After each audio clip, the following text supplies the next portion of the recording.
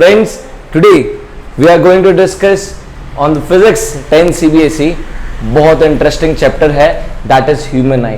हालांकि अपन 2 दिनों से उसके बारे में काफी कुछ पढ़ रहे हैं, the structure of human eye and the various kinds of defect, जो अभी एनसीईआरटी में एक्सक्लूड हो गया because of this COVID situation.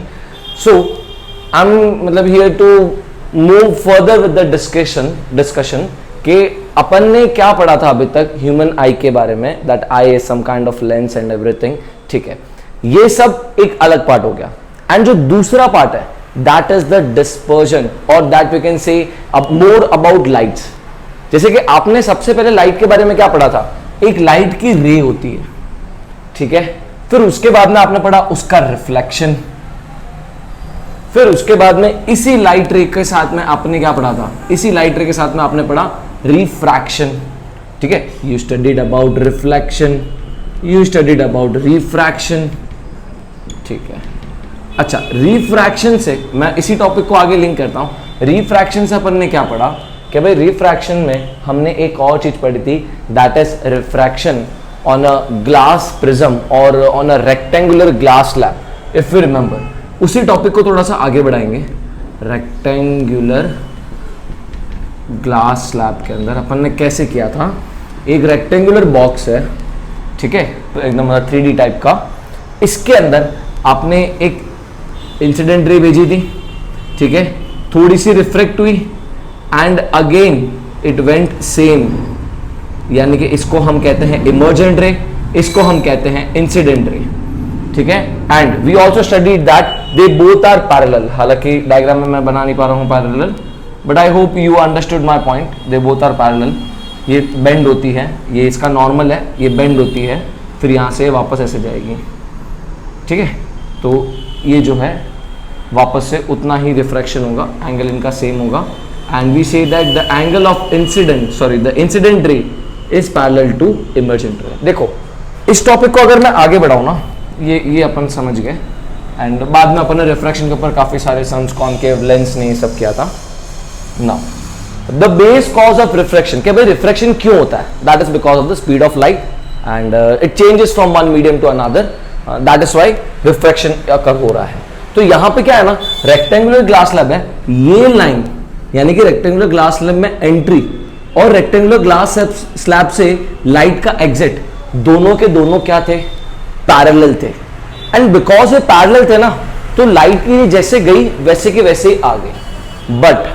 But in some another type of glass prism, that is I can say that जो prism, glass prism, another prism क्या, तो in this prism यानी कि एक ट्रायंगुलर शेप का ग्लास होता है, जो मतलब जिसका जो ये फ्रंट फेस है जहां से लाइट एंटर होने वाली है, एंड जो एंड फेस है वहां से लाइट एग्जिट होने वाली है, मतलब जहां से इमर्जेंट रे निकलने वाली है, ये दोनों पैरेलल नहीं होंगे. देखो रेक्टेंगुलर ग्लास स्लैब में कैसे पैरेलल थे, यहां पे पैरेलल नहीं होंगे, यहां पे किस तरह से होंगे, इस तरह से होंगे.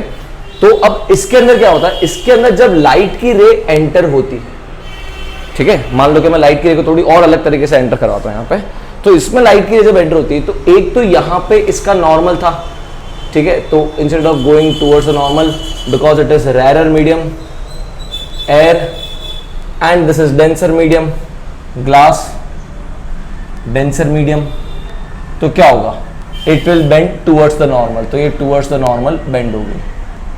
ठीक है ना, देखो ये सीधी जानी चाहिए थी, लेकिन ये टुवर्ड्स द नॉर्मल बेंड हो गई. एंड इस डायग्राम को थोड़ा सा और बड़ा देखते हैं, सो दैट क्या आपको भी समझ में आए. ठीक है, यहाँ से ये अपना इंसिडेंट रे स्ट्रेट जानी चाहिए थी, but because rare medium air and denser medium glass, what happens, it bend away from the normal, sorry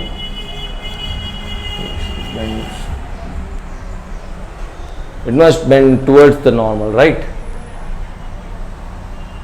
Rarer से denser.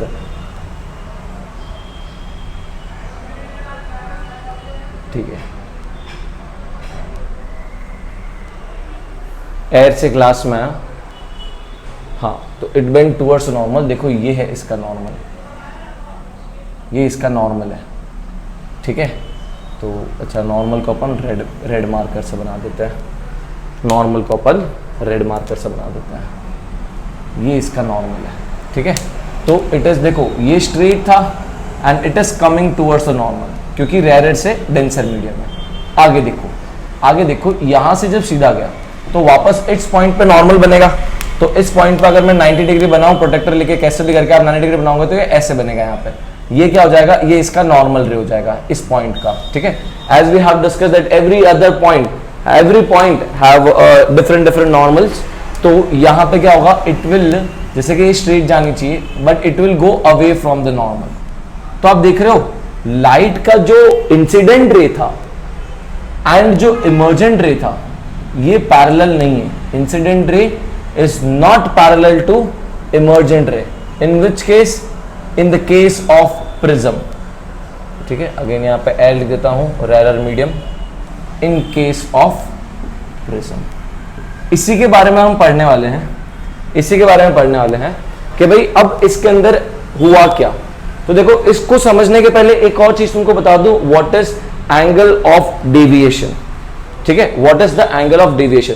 जब आप ये इंसिडेंट रे को एक्सटेंड करते हो और इमर्जेंट रे को पीछे की तरफ एक्सटेंड करोगे, when emergent ray is produced backward, what am I saying, जब emergent ray is produced backward and incident ray is produced, ठीक है, तो जो एंगल बन रहा है इन दोनों के बीच में, जो एंगल बन रहा है इन दोनों के बीच में दिख रहा है आपको, ये प्रोड्यूस्ड वाला है और ये इमर्जेंट रे है, तो ये एंगल बन रहा है। This angle will be called as angle of deviation. For your knowledge मैं बता रहा हूं आपको एंगल ऑफ डेविएशन क्या होता है।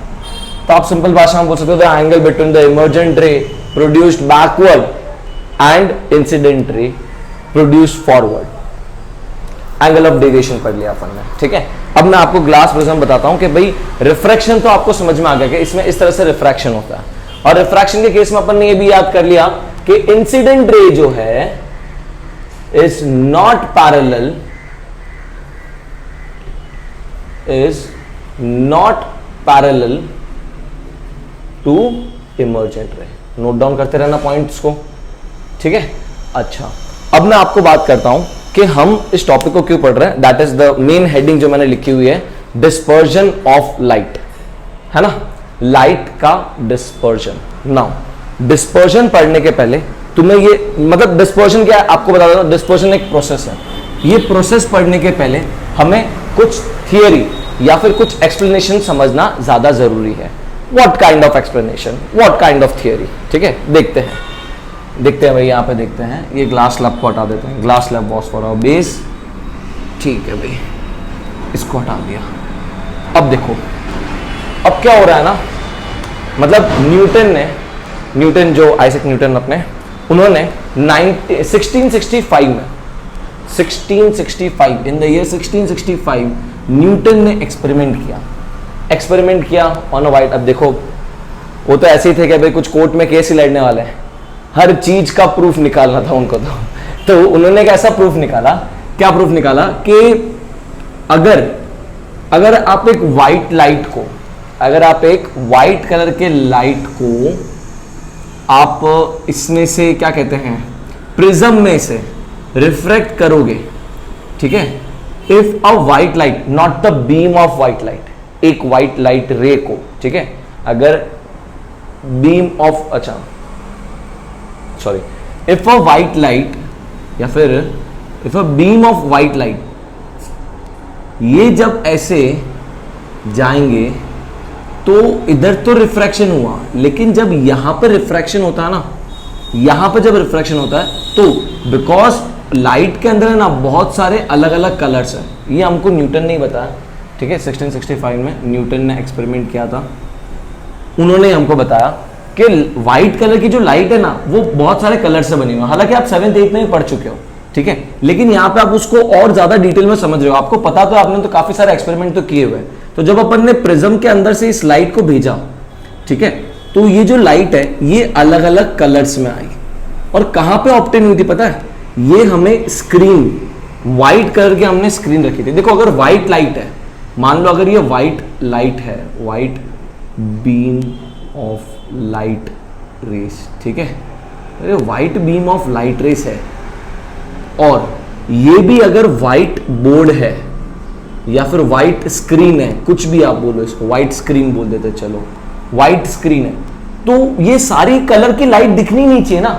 व्हाइट पे व्हाइट लाइट आएगी तो दूसरा कलर, अब जैसे देखो व्हाइट पे मैं कौन से कलर से लिख रहा हूं, मैं कौन से कलर से लिख रहा हूं, ब्लैक से लिख रहा हूं, ब्लैक दिख रहा है ना आपको, लेकिन यहां पे तो व्हाइट स्क्रीन है, तो इसका मतलब इसके ऊपर दूसरे जितने भी कलर आएंगे वो दिखेंगे, ठीक है। तो देखो इसके ऊपर दूसरे कलर कौन सा है, विबग्योर, जो आपको पता ही है, ठीक है। और ये सारे कलर को उन्होंने क्या बोला, ये सारे कलर को उन्होंने बोला कि ये सब है स्पेक्ट्रम।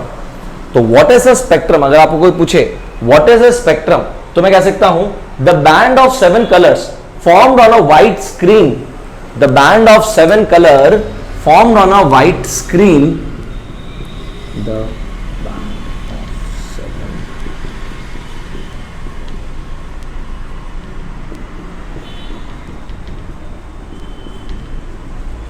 ठीक है, the band of 7 colours formed on a white screen when a beam of light is pass through a glass prism. कब, when a beam of light is passed through a glass prism. ये तो हो गया ना अपना फंडा, यानी कि मैं बोल सकता हूं कि ये चीज क्या है, ये चीज है हमारा स्पेक्ट्रम। क्या है ये, इज कॉल्ड एज स्पेक्ट्रम। तो मैं इसको यहां पे लिख देता हूं, स्पेक्ट्रम। कोई पूछेगा स्पेक्ट्रम क्या होता है, तो आप ये मत बोल देना स्पेक्ट्रम एक प्रोसेस है, नहीं, it is not a process, it is just the, ये VIBGYOR, it is just the different colour obtained on a white screen, the different color obtained on a white screen when a ray of light, when beam of white light is passed through a prism। इसको मैं prism भी लिख देता हूं यहां पे, ठीक है, to avoid confusion, note it down, इसको नोट डाउन कर लो। बढ़ता हूं नेक्स्ट टॉपिक पे।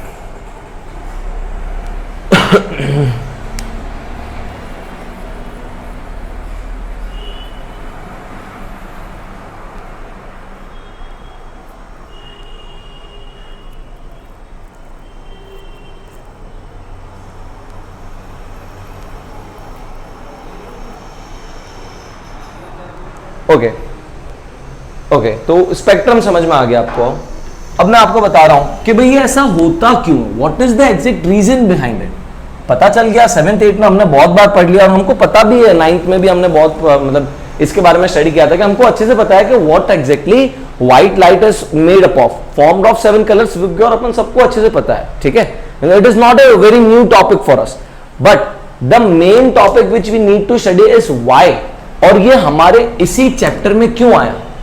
तो इसका रीजन है जो 7 कलर्स है ना, दैट इज द रेड, ठीक है, इंडिगो, वायलेट, ब्लू, ग्रीन, ये येलो, ये सारे जो ऑरेंज, ये सारे जो कलर है ना, ये सब कलर की अलग अलग स्पीड है। मैंने क्या बोला सबसे पहले, refraction occurs because of change of speed of light, क्योंकि एक मीडियम में अलग स्पीड होती है एयर में, जब वो वाटर में जाती है तो अलग स्पीड होती है, तो इट बेंड्स इधर अवे और द टूवर्ड्स द नॉर्मल, ठीक है, या तो नॉर्मल से दूर जाएगी या तो नॉर्मल के पास में आएगी, ठीक है। तो दिस इज अ सिंपल फंडा। और वैसे ही हमको पता चला कि भाई लाइट रे जो है वो प्रिज्म में जाती है ना, तो प्रिज्म में जाती है तो अलग अलग कलर को अलग अलग डेविएशन मिलता है, और क्योंकि वापस से पैरेलल नहीं है ना, अगर दोनों पैरेलल होते तो वापस से सेम डेविएशन होके वो सेम व्हाइट लाइट बन जाती, लेकिन यहाँ पे पैरेलल नहीं है, तो इसीलिए क्या होता है ना, अलग अलग कलर्स की लाइट रे मिलती है मुझे, ठीक है।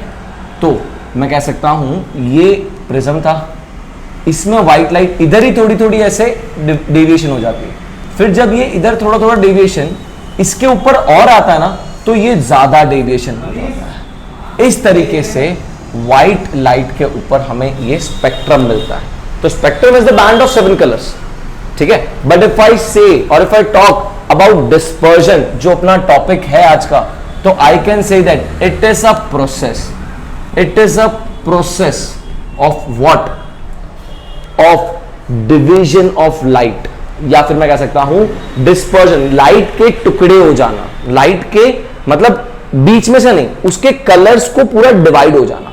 तो I can summarise it as the process of splitting of white light, splitting of white light. अब जरूरी नहीं है कि उसको प्रिज्म से ही आप पास करो, कोई भी तरह का रिफ्रैक्शन होगा ना, कोई भी तरह का जिसके अंदर व्हाइट लाइट स्प्लिट हो गई है, तो आप कह देना भाई ये डिस्पर्जन हो रहा है।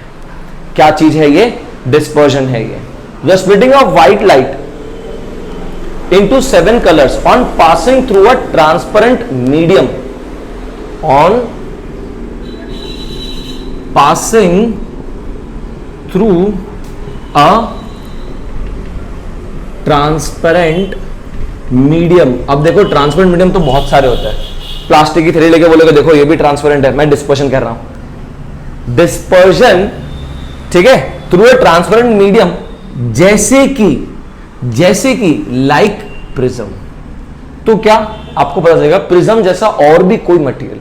देखो स्पेक्ट्रम तो प्रिज्म को पर्टिकुलरली बोल रहा था ना, इस pass through a glass prism. जब आप ग्लास के प्रिज्म को लेके जाओगे, जब आपको ये मिलेगा this 7 bands of colour is spectrum, यानी कि स्पेक्ट्रम क्या है? Band of colours. डिस्पर्जन क्या है? Splitting of white light. Difference है, याद रखना, ठीक है। तो this is what this is, it is process. ये कौन सी प्रोसेस हो गई? ये प्रोसेस हो गई अपनी topic, that is dispersion. You might have seen in case of a rainbow. अच्छा देखो, अब कई बार तुमको लगता है कि यार कभी कभी रेनबो होता है, कभी कभी रेनबो नहीं होता, तो what is the reason behind it? तो अगर आपको रेनबो देखना है कि अगर मुझे प्रकृति का स्पर्श, क्या कहते हैं उसको, कि मुझे प्रकृति का व्हाट कैन आई से, ब्यूटी ऑफ द नेचर, अगर आपको ब्यूटी ऑफ द नेचर देखना है, ठीक है, तो देयर इज वन कंसेप्ट। इसी फिजिक्स को अच्छे से लगाओ, दिमाग से लगाओ। कैसे लगाओगे? If you want to see the beauty of nature, आप इस फिजिक्स को अच्छे से लगाओगे। भाई सन को रखो अपने पीछे, रेन को रखो अपने आगे। जब भी आप इस कंडीशन में होंगे, जब भी आप इस कंडीशन में होंगे, there will be a 90% chance to see the rainbow. ठीक है, देखो अब 10% ज्यादा भी हो सकता है, कम भी हो सकता है, डिपेंड ऑन योर टाइम। ठीक है, तो 90% चांस क्या होगा? सन यहां पे, रेन यहां पे। Put your sun on your back and the rain in your face, on your face मतलब in front of your face, then you can see a rainbow. कैसे?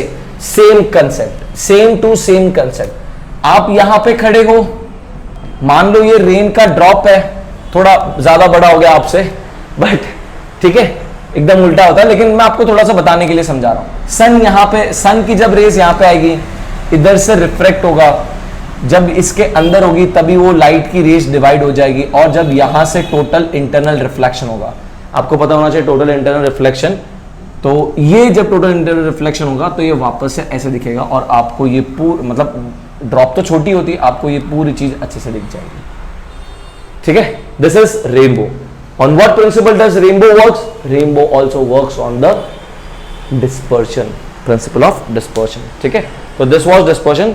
We'll move further with the another topics very soon. But right now, अभी के लिए इतना ही, and I hope आपको समझ में आया हो. Hit like and subscribe to my channel if you like that. Thank you so much.